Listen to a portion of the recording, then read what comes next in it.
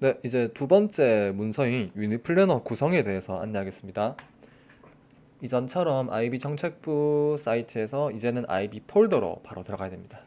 자, IB 폴더 보면 오버뷰랑은 다르게 각 교과 군마다 이 문서를 다 따로 만들었습니다. 자, 이제 수학 쪽만 볼 거기 때문에 수학으로 들어갑시다. 자, 수학으로 들어가서 보니까 유니플래너도 있고 내부 표준화도 있네요. 네, 작년이랑 다르게 올해는 유니 플래너랑 내부 표준화를 모두 하나의 시트에 다 넣었습니다.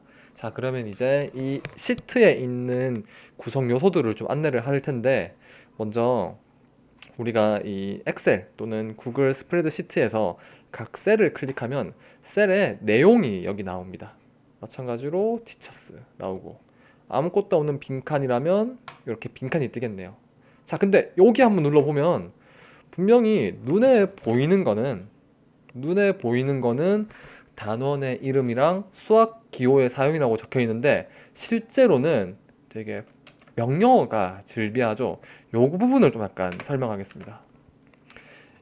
이게 뭐냐면 import range라는 명령어인데 해당 주소에 들어갔을 때, 그러니까 요것도 지금 어떤 구글 스프레드시트 주소입니다.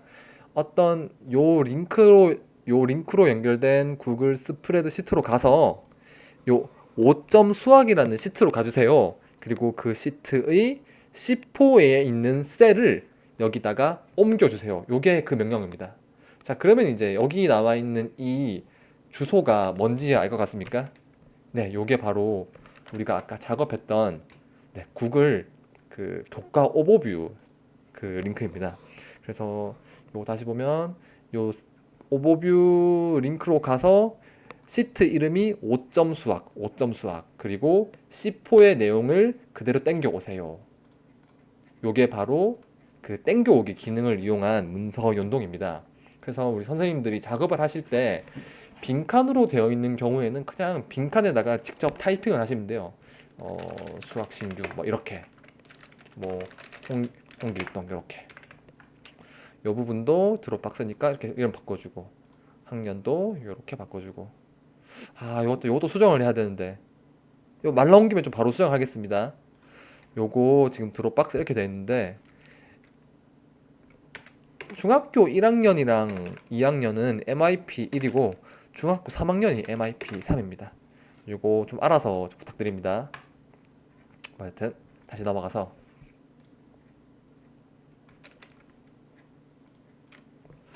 자, 이제 여러 가지 요소들을 계속 클릭해 보겠습니다. 자, 이렇게 클릭을 했을 때 명령어가 나와 있는 이런 셀들은 아까 우리가 작성한 교과 오버뷰에 있는 셀이랑 연동을 되는 거기 때문에 여기서 작성을 하면, 네, 날라가 버려요. 기존에 있던 친구들이 날아가기 때문에 연동이 안 됩니다. 자, 이렇게 실수를 했을 때는 어떻게 된다? 당황하지 말고 컨트롤 Z를 하면 된다. 그래서 컨트롤 Z로 다시, 네, 연동을 시키면 된다. 그 다음에 이제 뭐 탐구 진술, 이 유닛을 진행을 할 때 질문적인 요소가 상당히 많이 나오는데 각 유닛에서 내가 다룰 만한 질문을 여기다가 가볍게 적으면 됩니다. 여기 구성도 좀 많이 바꿨는데 우선은 계속 말씀드리자면 이렇게 임포트 레인지 그 명령어가 걸려있는 셀은 절대 건드리면 안 되고, 추가적으로 적고 싶은 부분이 있을 때는 여기 있는 비어있는 셀에다가 입력을 하시면 된다. 그래프스 모형 같은 경우에도 여기 비어있는 셀에다가 입력을 하면 된다. 네. 그 다음은 이제 여기 연동이 되어 있네요. 이제 요런 부분들은 이제 이 학기가 진행됨에 따라 계속 수정을 하고, 수정을 하고 재미다이를 돌리면 상당히 편해질 텐데, 여기 맨 밑에 주황색으로 표현한 여기 부분 보이시죠? 이거는 뭐냐면 우리가 IB 문서가 아니라 이 우리가 국가교육과정 그리고 농공중학교 학교 소속이기 때문에 교과 진도표를 작성을 합니다. 그러면 교과 진도표에 작성을 했을 때 이 유닛 1에 해당하는 부분이 있겠죠. 네. 그래서 물론 교과 진도표는 한글로 작성을 했겠고, 그래서 교과 진도표를 열심히 작성한 친구를 어떻게 하면 된다? 복사해서 여기다 그냥 그대로 붙여넣기 하면 됩니다. 칸이 모자라도 알아서 칸이 추가되니까 너무 걱정하지 마시고, 그래서 유닛 플래너 같은 경우에도 최대한 편하게 하려고 노력을 했습니다. 자, 근데 이제 이 오버뷰랑 똑같이 어떤 부분을 건드리면 되고 어떤 부분은 절대 건드리면 안 되는지를 설명을 해줘야 될 텐데, 이 웬만한 교과들은 사실 4개의 유닛이면 다 끝납니다. 1년짜리를. 근데 상황에 따라서 5개, 6개 유닛을 만들 수도 있기 때문에 여기 시트 보면 한 개 학년당 6개 유닛을 만들었습니다. 이거 좀 적으면서 할게요. 학년당 최대 6개의 유닛. 그리고 25년도 같은 경우에는 학년이랑 과목을 구분했어요. 그래서 1학년 수학 유닛 플래너 시트가 그 문서가 따로 있고, 2학년 수학 유닛 플래너 문서가 따로 있고, 3학년 수학 유닛 플래너 문서가 다 따로 있어요. 근데 올해는 지금 보다시피, 네, 26년도에는 모두 통합을 했어요. 이거를 왜 이렇게 했냐면, 이제 구성원이 바뀌고 최대한 이 다른 학년의 이 유닛이랑 비교하면서 좀 더 정교화를 시키면 좋을 것 같다는 생각을 했어요. 그리고 문서가 많아지니까 관리가 안 되겠더라고요. 그래서 최대한 문서 이 숫자를 최대한 줄이려고 요걸 했어요. 자, 그럼 다시 돌아가서, 자, 그러면 이제 봅시다. 이 임포트 레인지를 쓰면 유닛 1에 대한 이 친구 싹 다 이 명령어를 이용해서 옮겼으면 유닛 2에 대한 내용도 해야 되지 않습니까? 그러면 유닛 2에 대한 위치를 다 이렇게 기억한 다음에 한 땀 한 땀 다 입력을 했었어요, 작년에는. 근데 올해는 그렇게 안 하고 어떤 방식으로 했냐면, 여기 또 보면 숨겨진 시트, 요 양식을 먼저 만들고 제미나이한테 이렇게 요청했어요. 양식 시트랑 똑같은 유닛 플래너 시트를 만들어줘. 대신에 이 임포트 레인지 명령어를 써서 연동을 다 해야 되지 않습니까? 그래서 이렇게 구체적으로 말을 했어요.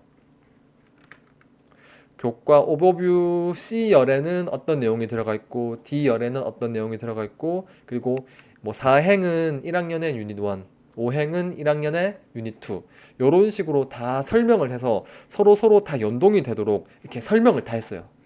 그래서 재미나인한테 이런 과정으로 덮어쓰기를 해줘라고 말을 하니까, 재미나이가 요 과정을 한 방에 해결해줄 이 코드를 짜줬거든요.